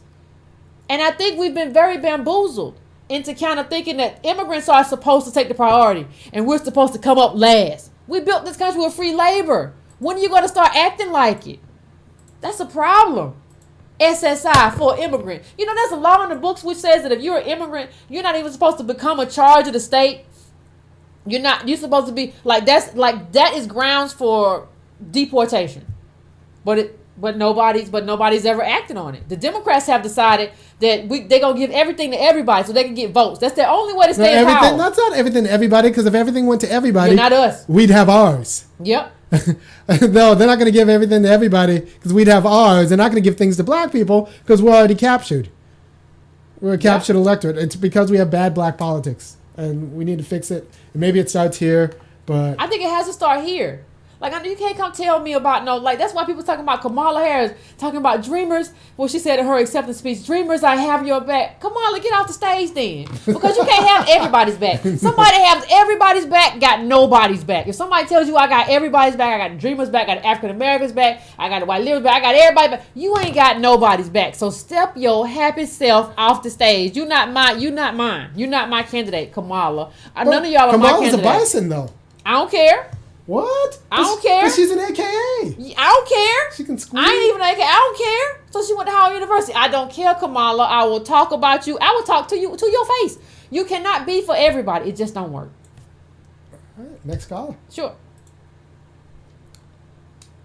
Hey, caller. Hi. Hi. Hi. Can you hear me okay? Yes. Yeah. Okay. So I will give my name, but it's my Facebook name, and maybe you can figure it out. That's fine. That's fine. I'm Danielle. Okay.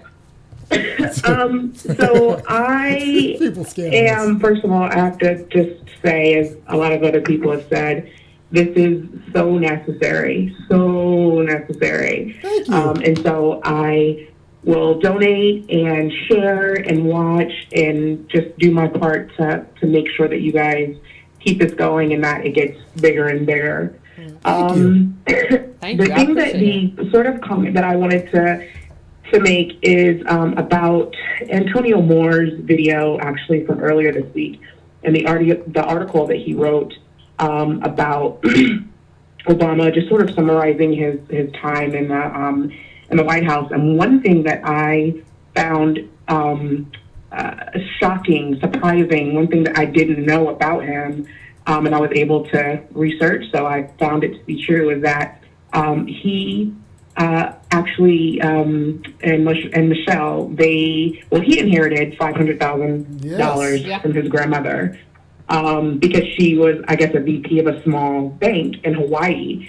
And so to think about that, which Antonio Moore talked about and pointed out, rightfully so, that's even exceptional in terms of white America. Yeah.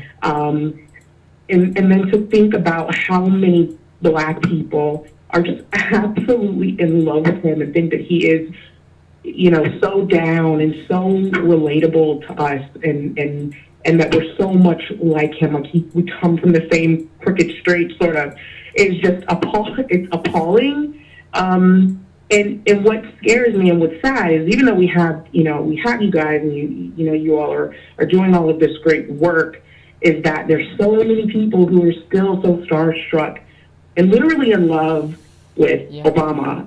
I have a neighbor who's a federal worker, and she received 2 raises in her position under Bush, 0 under Obama, and she loves him still.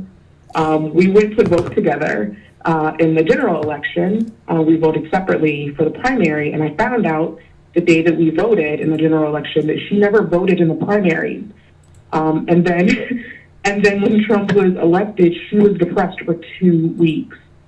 How are you that emotionally invested and you don't do the work?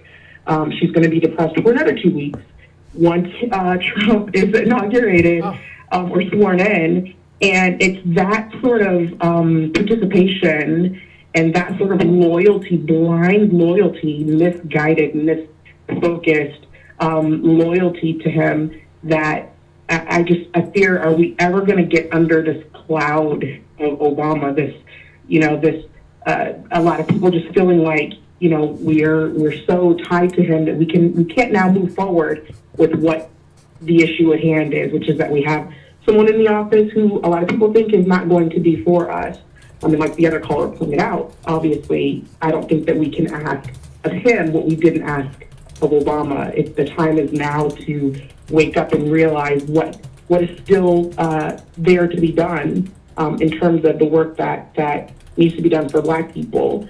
How do we get there when people are still so mesmerized by the Obamas? So anyway, thanks guys so much for what you do. Again, I'm loyal and I'm going to stick with you to the end. And I'll let you guys go, but thanks again. Thank you. I appreciate it, Danielle. I appreciate you calling in.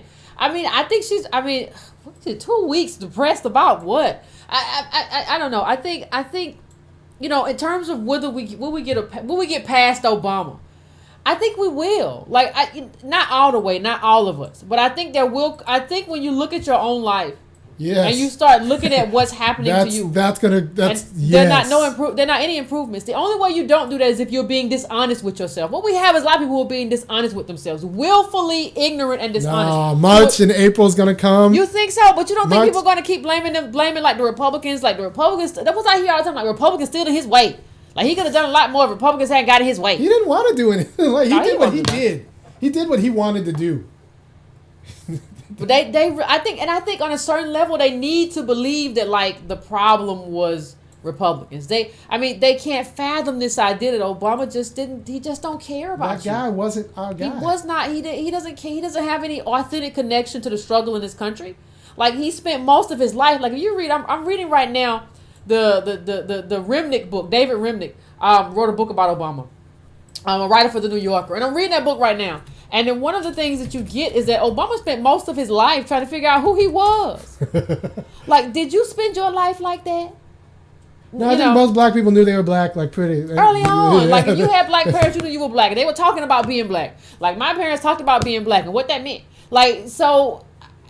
He's not he tried to figure out which side am I going to do? And one thing that stands out for me in terms of what Remnick said something in The Bridge. He said something very interesting. He said, that's the book down below. But he said he said something very interesting. He said, Obama was always a straddler. That's who he was. One of his friends told David he was a straddler. He could straddle whatever fence. He could be whoever he wanted to be. And so instead of electing an African American Yeah, Marion Barry wasn't a straddler. No. Even Bobby the Rush? politicians that we don't like, who are black politicians, they're not straddlers. They're just hustlers, maybe, but they're not straddlers. They are, they Even they Al are Sharpton's connected. not a straddler. He's not a straddler. He's just a hustler. Yeah. He's not a straddler. So I think one of the things he was like, is that we elected a chameleon. That's who we elected. We elected a chameleon. We didn't elect, a guy who was anchored in the experiences of the African American community, who And was committed anchored to it. and committed to doing something about it. He was kind of like, well, what about this? And one of the people interviewed in the book said, one of the things that was interesting about Obama is that he always tried to, when people presented stuff about, what's best for black people, Obama always brought up white people. And was like, he wanted to be fair to everybody. And like, that's what you got. A guy who's just like, I'm all over the place. You don't want your black advocate. What I am, I'm just reaching. You don't want your black advocate, your black president, the first thing that he says is, what about white people? Hold on, what about white people? But what do you expect? I mean, what do you expect? Like, that's kind of what he was anchored in. Like, his father was not around. He didn't kind of like see himself as that. I mean, that's he downloaded blackness because it was good for the campaign. That's what we had. So I think we gotta understand that we made a mistake. It's okay to make mistakes. Yes. Like, it's okay to make mistakes. As long as we learn from them, it's okay. My thing is, as long as we learn that Obama was like one of the worst things that happened to us, we're all right. Well, yes, I believe that's true. I think I take a harder line on you in this. I think people are going to know in March and April when they look at their accounts, because things are getting worse for Black America. They're not getting better. Yeah. And bottom of the barrel worse. Yeah. Yeah, and then people are going to die, and then like kids aren't going to know like what to do with their parents' debt. Like, things are getting worse. Yeah, well, the people who have money, right, are the boomers. That's who got the money. Right. So when the boomers die, that's a wrap. What do you have? Like, when the boomers are gone and they're dead and you have nothing, like, who are you going to blame? You're going to blame? Please don't blame yourself. There's not any real black money under 40. That's a problem. None. That's a problem. Everyone's like, well, my younger cousins. No, there's no real black money. No. And housing prices are only going up. That means there's no like real black assets under 40. Nothing. And you can't, like, that's not good for the next 20 years. Yep. It's awful. All right, let's take a caller. Sure. All the black money's 70 and over. Hello? Hello? Hey, caller. Hello? Hello? Hello? Yes. Can you hear me? Yes. Oh, hey, is that? Hey, how you doing? Hey, I'm okay. I can't believe it. The second time I'm calling and I actually got through. First time I called, the army ended up the phone on me. I don't know why. What you do that for? Yes!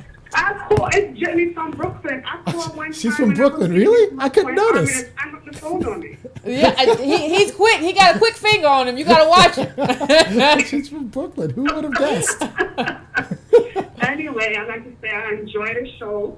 I learned so much. I just have one recommendation for you, Yvette. Sure. On your page, Breaking Brown, you don't give enough options to people who want to donate more. Like, I can afford to donate more than what you're asking for. I know. I've heard that. I know. I'm only one person. I tried the interns, but I know options. Options. That army gonna hang up this phone on people. I'm sorry, that now.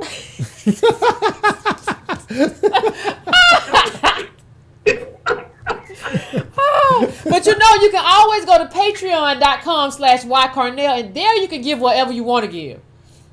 Oh, well, you have a one-time What's the name yeah. again? Patreon, patreon.com/ycarnell. Now, if you donate there, you can give whatever you want. There's no schedule of anything.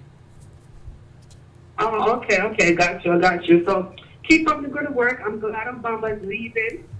I don't know. I think the problem is, especially over here, like in Jamaica, we're used to people black like us screwing us over. So we don't get She knows what it's like. might look like us in office. Yeah, see, that's the difference. The way that's a the history is set up, I think when people just memorize that Obama is a black man. That's all the requirements I think everybody has. That's actually and important. that's ridiculous. But one of my friends of mine said to me that everybody's down on Obama, but in the past 8 years, if you didn't see how a black family was supposed to be, you didn't learn anything. I thought that was the job of the Cosby Show. Like, I don't need him to teach me that. I have a full family. I have a mother, I have a father. I have the Cosby Show to watch me, but that's not his job. His job is to run the country and give me some money. That's his job. Great job. Yes. I need to see how black families are supposed to be. Yeah. Yeah, I don't What want kind of nonsense is this? Yeah, no, I think That's a great point. That's not his job. That's a great point. Yeah, what do you think his job is? I think a lot of black people thought his job was to showcase a black family. Yeah, to make us look good in public. Your No. job ain't to make us look good in public. Your job is to get black people contracts. That's what the Cosby Show did. He looked good on the Cosby Show. Yeah. Yeah, and the Cosby Show did a lot of other things that were not good. Yeah, in terms of making us strive for stuff. But no, I think you're right. And I appreciate the call. I think you're exactly right. That's a good point. And I think you're right about what it means. I'm gonna go before Army hang up the phone. Thank you, Carla. I appreciate it. He on the finger now. You finna go, Carla. Boom. 5-4. Boom. But no, I think That's she's. a I great think point. she's. That's a great I think point. she's exactly He right. thought his job, his commitment to black people was. Well, I've said many a time Right. that he thought his job was to be the daddy of black people, like to look good and to then be like, no, you got to do this, or you gotta, don't you tell me no his job is excuses. to get black businesses contracts. Yeah. Like that, yeah. And CBC, your job is to make sure he gets black businesses contracts to keep black teachers in their jobs teaching black students. Yeah, and he said, and the thing is, like she said, something else was very important. Like they don't think about it like that because in Jamaica, because they have it's all black. Right, So that's you don't true. think about he's the black this or he's the black that. We all black, so we don't think about that. And the kind of dysfunction that the first black this and the first black that and the first has caused, for African Americans. Yeah, we're not used to holding black leaders accountable because there aren't enough black leaders. Yeah, and Yeah. that's a problem. And that's good. I like the point that in Jamaica, we're used to holding black leaders accountable and seeing BS black leaders because that's all our leaders are black. That's it. That's it. So all right, keep going. Yeah, let's take one last call. All right, last caller, you're on. Hello? Hello? Hello? Yes. Oh, last caller, Hello? come on now. Yes, you're on. Yes, you're on. Okay, you can hear me? Yes. You can hear me, Yvette? Yes. Yes. Oh, yeah. I tried calling it for a couple weeks ago, yeah. Victory. Woo! First of all, love your show. Love Thank what you. you and I are doing. It's really, really great. Yeah, I can't tell you how much I enjoy listening to you guys, Antonio Moore, some of the new people I found, like Dr. Tommy Curry. So, yeah, Yeah. really, really great Tommy's stuff. great. Keep it Tommy up. Curry Love is Tommy. fantastic. So, yeah. Yeah. So, thank you. You're welcome. One thing I have to say, since I've been listening to you, I've learned so much, and I'm always having arguments with my coworkers about Obama and about what he hasn't done for black people. And one argument they always throw in my face is, well, he's got to be the president of all people, not just black people. Well, then we should not have voted him. Well, if you're a president, if he's got to be the president of all people, and I say he's got to do something for black people, why you automatically assume doing something for black people is bad for America? And if it is bad for America, you believe that, you got to ask yourself, why do you feel that way? Why do you think that? Yeah, very good. Yeah, what if America owes black people? Yeah, no, Go listen. ahead. Like here's the thing. If Obama had campaigned as the president of all people, I would be fine. But he campaigned as the soul brother number 9 who can't catch a cab. That's the problem. And then Right. he brought us all out. I tell people all the time, we turned red states blue for that Negro. We turned red states blue for him, and he didn't give us anything. We have not done. Do you see, like Virginia, we talking about North Carolina, all those states. We turned states different colors for him. And he campaigned like a black man. Like, if you don't want to do that, just campaign like a white Exactly. man. Just campaign like, just do the things you used to. Go wear sarong and all kind of weird stuff that we don't know about. Go just campaign like that guy, and it's fine. It's okay. We don't mind, but don't try to talk like Right. Martin and do all that stuff. You just used us, man. Yeah, I mean, Nikki Haley's not Yeah, absolutely. campaigning like an Indian. Yeah, no, I mean, people don't understand that America, all of America, owes black people. Everybody. So that if you're going to be the president, a responsible president of all of America, that means you need to come up with a plan for black people, because the reason why black people are in our straits is because America owes us. Like, we have a debt that's owed. Yeah, like that's complicated. Like, We it's don't not know. that complicated. So there are many reasons why, like, Obama should have paid special attention to black people. First of all, we were a huge voting bloc. So just by the numbers, take color out of it. Just the fact that we were a political class, that was a huge political class for him. He just owes us out of like political like payback. Second, it's just a matter of American history that anybody who opens that office, who is in that office, even LBJ knew this. If you're in that office, that means you need to figure out how we're going to make good on our like dues to black people. That's just part of what that office means until the person in that office actually makes good on the dues to black people.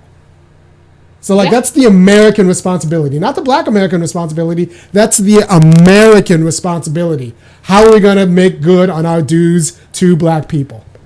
Yeah.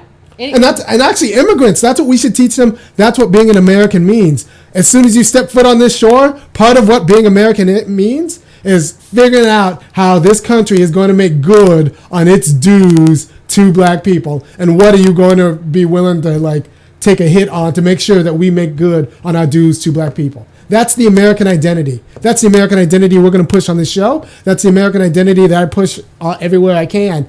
But that's the American identity, and that's what's not being pushed everywhere it should be. I don't think they're gonna do that, so they gotta stay where they at. Did you have anything else to say, caller? Is he gone? He's gone. Okay. Well, I wanna thank everybody who joined me. Again, we're about to end the show. Those of you who are on hold, I'm sorry we didn't get to you. We'll try to get to you. We'll be here again Monday and Wednesday, as always, 9 p.m. Eastern Standard Time.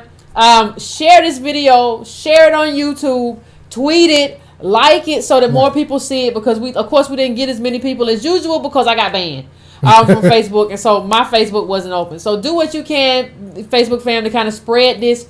And in a couple of weeks, I'll be coming to you with the page where you can subscribe to what I'm doing in terms of the content curation. I'm going to bring you the news twice every week, and you pay me $2 a month. So we'll go from there, and I appreciate everybody. I appreciate everything you've done, everything you said. I appreciate all the calls. We had wonderful calls tonight, and I just want to thank you.